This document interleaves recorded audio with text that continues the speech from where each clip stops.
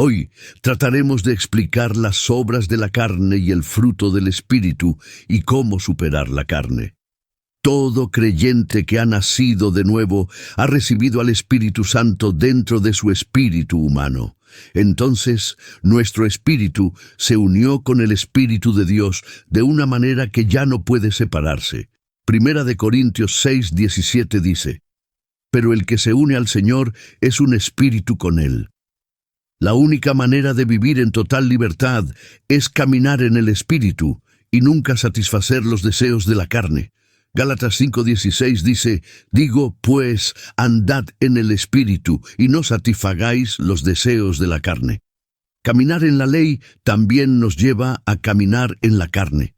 Si intentamos nuevamente cumplir la ley, esforzándonos por hacer el bien y complacer a Dios, inevitablemente estaremos en la carne.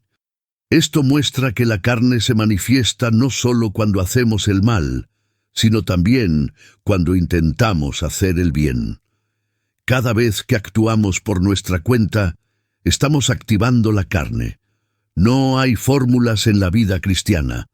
Todo lo que necesitamos es caminar en el Espíritu. Esta es una lección crucial. No hay necesidad de buscar métodos, ya que solo hay uno: estar en el Espíritu. Sin embargo, esto no es algo que aprendamos rápidamente.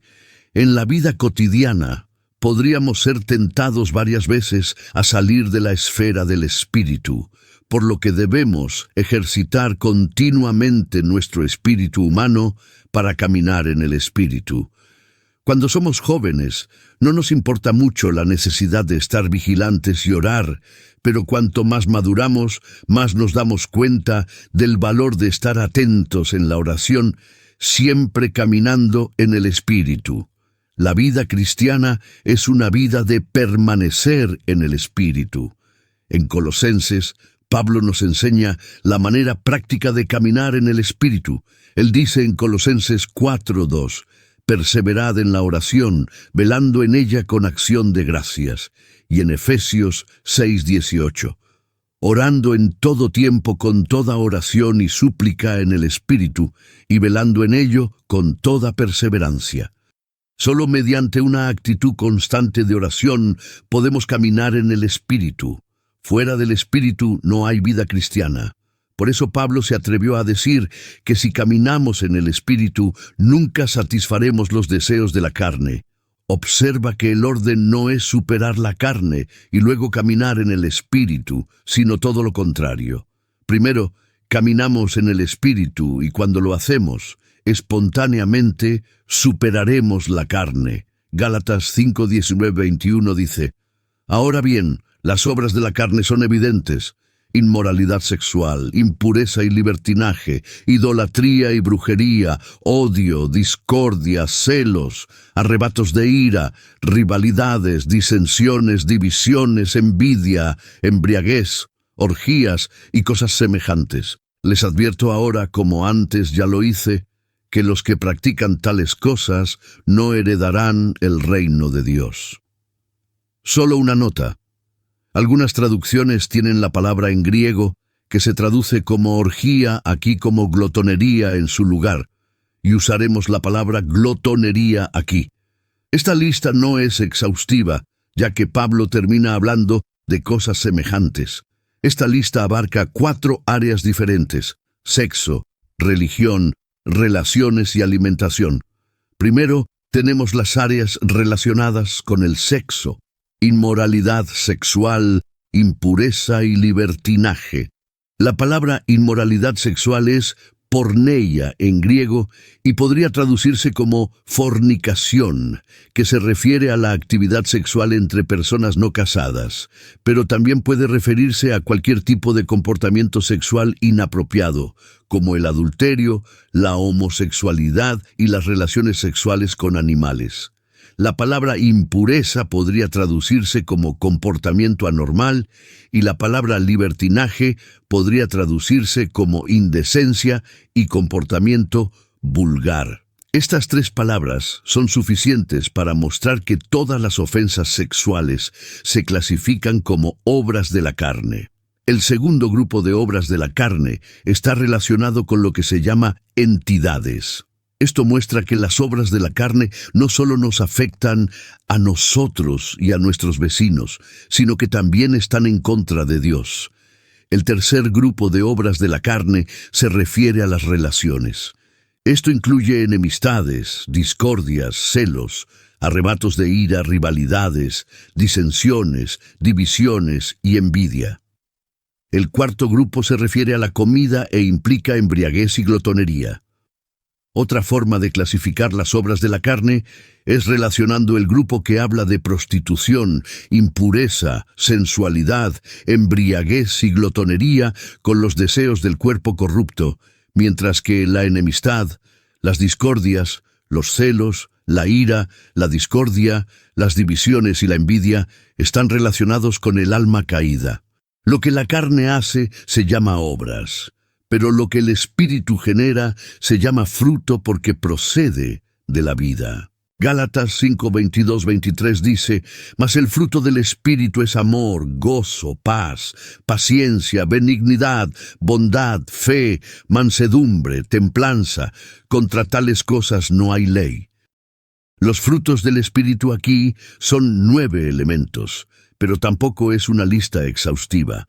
Frutos como la humildad, la misericordia o la compasión, la piedad, la justicia, la pureza y muchas otras virtudes también son frutos del Espíritu.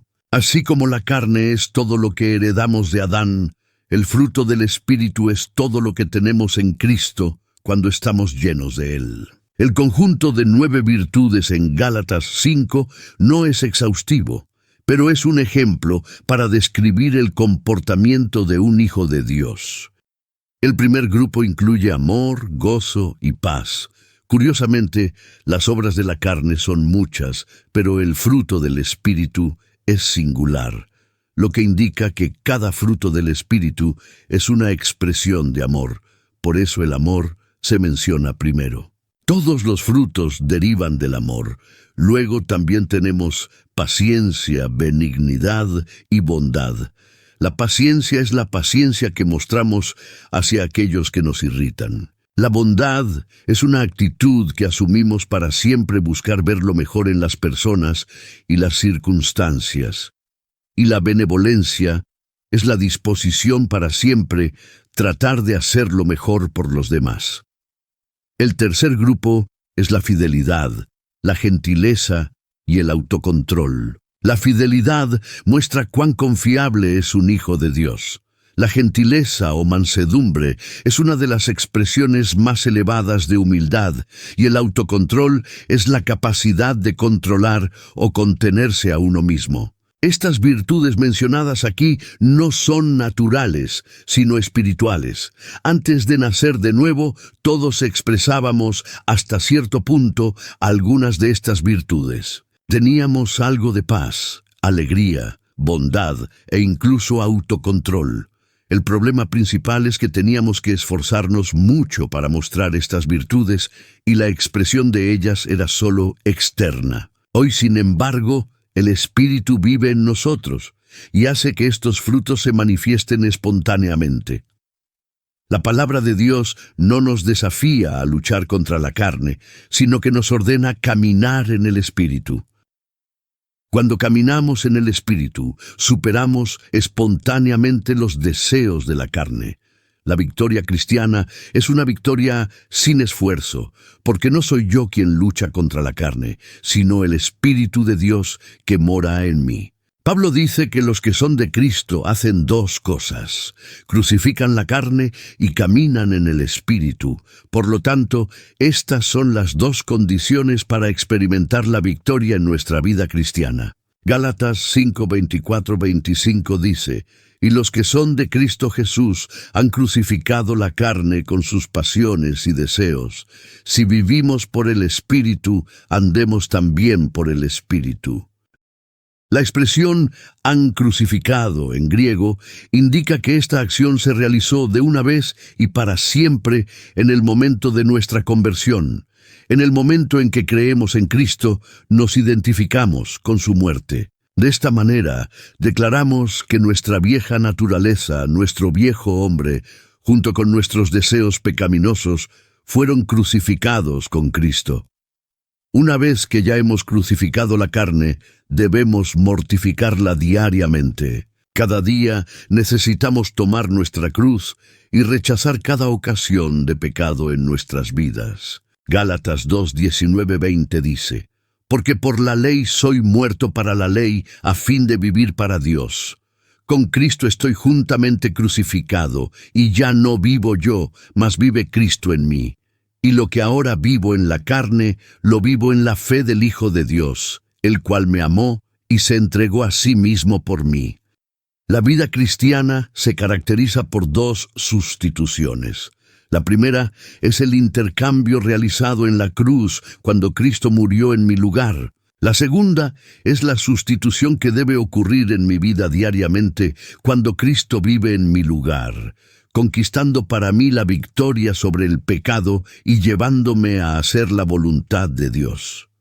No se trata de fingir o de un cambio externo, sino de un cambio íntimo en el corazón. La sangre realmente nos limpia de nuestros pecados, pero Dios quiere más que pecadores perdonados. Dios quiere hijos que se asemejen a Él y traigan su naturaleza dentro de sí mismos. Muchos buscan parecerse a un hijo de Dios a través de los esfuerzos de la ley y la religión, pero la única manera en que podemos convertirnos en hijos de Dios es recibiendo la naturaleza del Padre y viviendo por el Espíritu.